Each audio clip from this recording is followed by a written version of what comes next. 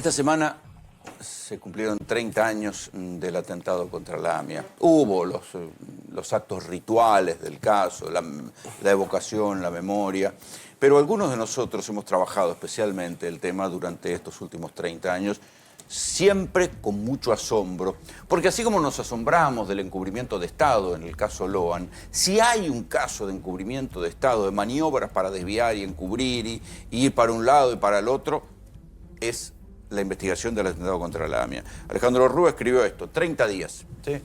La trama del atentado a la AMIA, y sobre todo se enfoca en qué sabía el Estado argentino antes del atentado, porque esta es una parte no muy conocida.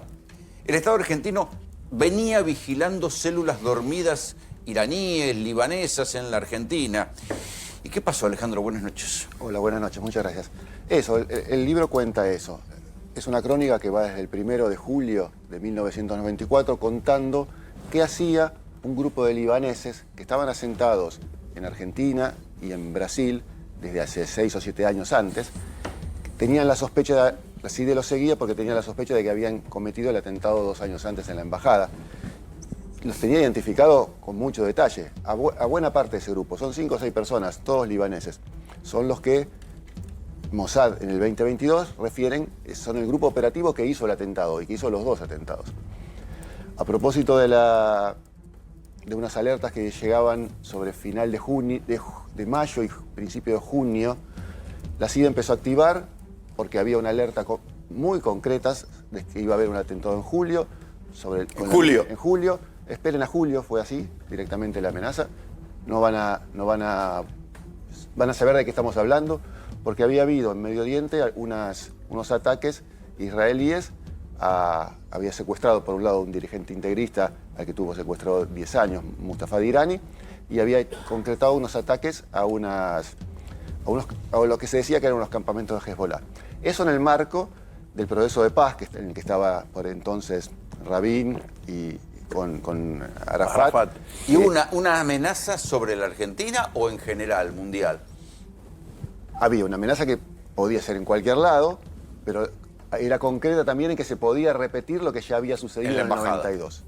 Inclusive la inteligencia israelí tenía identificado en los términos de un informe de inteligencia quién había sido el inmolado de la embajada, y la amenaza era: tenemos varios Nureldin, así es el nombre, tenemos varios Nureldin dispuestos a hacer lo mismo. Entonces, había hubo una alerta concreta que desencadenó que aquí mismo se tomaran concretamente la Mossad. ¿Qué es la foto que hay acá en el libro chiquita?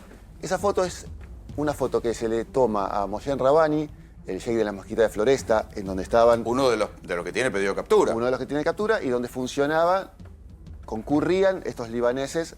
O sea, lo estaban caminando y le sacan una foto. ¿El día del atentado? El mismo día del atentado de la mañana. Mientras el sospechoso principal de haber coordinado el operativo en Buenos Aires volaba desde un avión a esa hora, desde Aeroparque hacia Iguazú, cruzaba la frontera y llegaba hasta el Líbano, donde según el último informe de Mossad, todavía está allí. Incluso dicen que se está quedando calvo como identificación. Yo recuerdo que había un investigador que ve los manejos de encubrimiento, que fue Claudio Lipschitz, yo lo presenté en un programa hace muchos años, cuenta que había una causa previa en el juzgado de Loma de Zamora, investigaba células dormidas iraníes, claro. La causa del juez Santamarina. Sí, claro. Bueno, o sea, había una causa previa donde investigaban células iraníes y después vino el atentado. Y además, directamente, sin ninguna causa judicial, sin orden judicial. Era una precausa, como decían ellos. Eso en cuanto a las intercepciones de teléfono de algunas personas iraníes de los que se sospechaba. Pero a propósito de esas alertas que digo, la CIDE le pinchó los teléfonos directamente y sin orden judicial y sin causa ninguna a la embajada de Irán en Buenos Aires y al propio Mohsen Rabbani 45 días antes del atentado. O sea, algo sabían.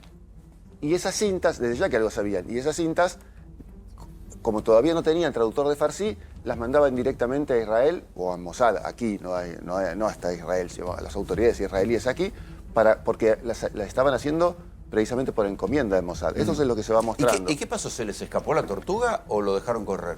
Bueno, Si lo venían siguiendo. Las sospechas son varias. Por lo pronto, el mes pasado, la Corte Interamericana condenó al Estado argentino por la negligencia.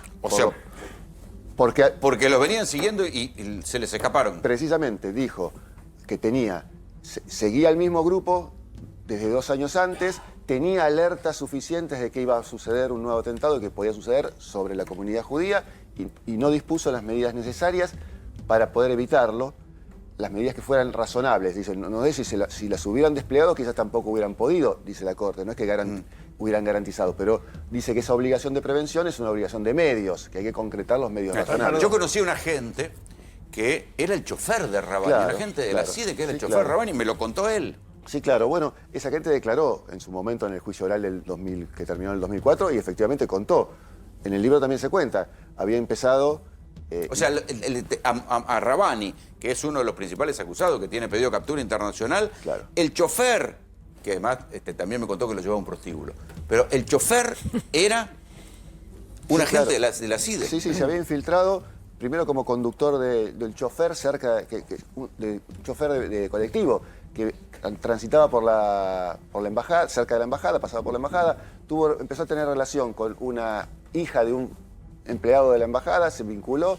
Él refiere eso, que aprendió algunas palabras como para saludar, no que tenía que hacerse pasar por nada más que lo que era, un chofer argentino. Pero sí, incluso dice que cuando Rabbani tenía alguna dificultad para entender alguna noticia en el diario, él se la traducía o se la explicaba. Pero el encubrimiento, a ver, yo lo que no termino de entender, Sí. hay una causa después por encubrimiento, después está el juez Galeano que es condenado, está condenado, también le dan plata a Tejeldín. ¿Qué es lo que quieren tapar? Es como parece el caso Loa, uno no sabe a qué tapan, porque si ya fuera tan claro, estaban identificados estos tipos, después se escaparon, pero no hacen esos nombres, fueron para otro lado. Claro, el primer día después del atentado hay un acuerdo, así está establecido en los cables diplomáticos desclasificados que descubrimos entonces. Se unifica una versión para presentar a la opinión pública entre el gobierno israelí y el gobierno argentino. Esa explicación que se da públicamente refiere la solución que hasta hoy el caso tiene, que es los iraníes, el Hezbollah y una conexión local. ¿Y eso fue verdad o no? Bueno, eso puede ser verdad. Lo que digo es que todo lo que se construyó para sostener esa acusación han sido todas construcciones falsas. Entonces, el encubrimiento no es tanto, en mi opinión, a quién se quiere encubrir, sino cómo se quiere construir una solución falsa, aportar una solución falsa. Un relato. Un relato que llega hasta hoy, más que un relato, hoy tenemos... A mí me pareció una sentencia de la Corte. Pero es un disparate. ¿Qué O sea, cosa más es que una sentencia de encubrir, la Corte? cambiar La la Corte realidad. dice fue Irán, en base al informe que presenta... No, la casación fue un fallo de un juez. No, de simplemente, un Máiquez. solo juez en minoría. Pero, digamos, no, al revés. A mí lo que me llama la atención, hablando de la Corte, es que el Estado argentino dice que las mismas personas cometieron los 2 atentados. Ahora, la misma persona física, me refiero a 2 o 3 personas. Las dos personas tienen pedido de captura en los 2 expedientes. Y los expedientes tramitan hace 30 años por separado. ¿Por qué no los unificaron? Inentendible. Por lo demás, es competencia exclusiva de la Corte atender cuestiones que se vinculan con diplomáticos, ministros, cónsules extranjeros. Por eso tiene la causa de la Embajada de Israel. Claro. Ahora, ¿por qué se ha acusado presidente, ministro, diplomáticos? No tiene la de la Corte. Pues no quieren laburar, No, se bueno, lo quieren sacar de encima. Esto me parece que es... Argentina fue, en esta condena que digo del mes pasado de la Corte Interamericana, más allá de haber sido condenada por la falta de prevención, por el encubrimiento del atentado y por la falta de una investigación eficiente durante 30 años, le fue impuesto como la primera de las 12 medidas de reparación, una docena, no digo 12 o 13, la obligación de iniciar, reanudar, Empezarla bien, impulsar, digamos, empezar hacerlo una bien. investigación eficiente. ¿Debería haber un juicio nuevo? No un juicio, Una una investigación. investigación. Claro. Por eso el juicio en ¿Pero ausencia. judicial o quién No. tiene que hacer esa investigación? Una investigación judicial, pero tiene que estar, para mí, ya a esta altura Pero de los eso, hay hechos... una unidad AMIA, una unidad fiscal AMIA. Pero eso es una unidad de primera instancia.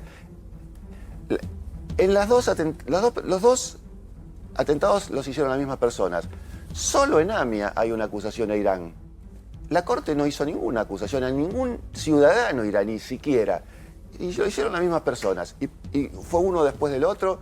¿Cómo se explica esto? Para mí se explica de que la Corte, por su jerarquía y por su trascendencia, tiene más resistencia para sostener los embates de la inteligencia que un juez o un fiscal de primera instancia Hay que no decir pueden parar. Que quien tuvo la causa de la investigación del atentado propiamente dicha, el juez Canicoba Corral, no quería acusar, no quería avanzar, porque decía, esto que me trajeron es un informe de inteligencia político, pero que no tiene pruebas para resolver los estándares judiciales necesarios. Por eso seguir sosteniendo esta posibilidad de esta acusación en estos términos, sin la Corte Interamericana dice, hagan una investigación eficiente. Precisamente lo que le dice es, los informes de inteligencia con los que cuenta la hipótesis, la principal y única hipótesis acusadora hasta ahora, no han sido traducidos en pruebas concretas para poder acusar a las personas. Hubo demasiado uso político, pero muy poca búsqueda de la verdad. Por eso es que ahora hay que hacer otra cosa, porque tenemos la obligación. No es que terminó el caso. Pasaron 30 años, pero la Corte Interamericana... Esto del mes pasado, el fallo de la CID. ¿Pero están vivos los acusados? Porque se acuerda que una vez el embajador israelí dijo, hay algunos que ya los pasamos a mejor vida, qué sé yo. Sí, Mahmoud Niyev lo mataron. A Mahmoud Niyev lo mataron. Todos los demás, el informe del 2022 de la Mossad dice, todo el grupo operativo está en el Líbano.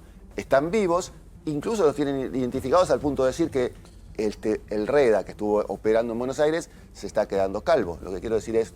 Los siguen caminando. Esa información es así. Alejandro, gracias por venir. No, muchas gracias a ustedes por la invitación.